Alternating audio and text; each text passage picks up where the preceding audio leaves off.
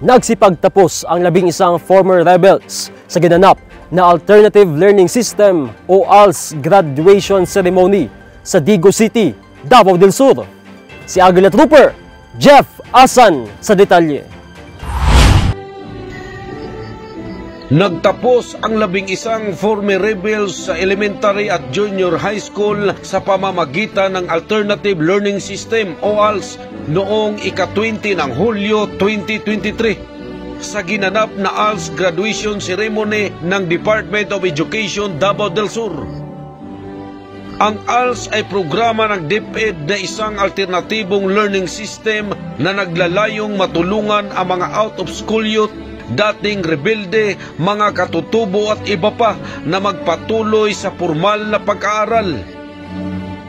Labis naman na pasasalamat ng mga nagsipagtapos na FR sa gobyerno dahil sa patuloy na paggabay nito simula pa nang sila ay nagbalik loob sa gobyerno.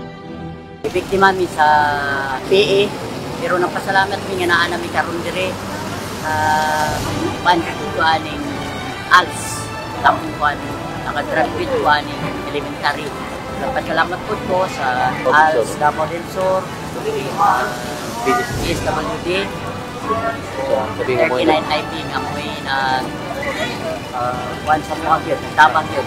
Abot kami sa junior high school. Ilang mag-ito. Salamat. Ang nasabing mga FRs ay nag-aaral sa ALS kasabay ng kanilang pag-enroll sa Davao Source Tupad Pangako Program na parte ng kanilang reorientation at transformation process sa pagprepara sa kanilang pagbabalik sa kanilang komunidad upang makapagsimula muli at makapamuhay ng komportable at mapayapa kasama ang kanilang pamilya. Para sa bayan, para sa kapayapaan. Jeff Asan para sa Agila News Network.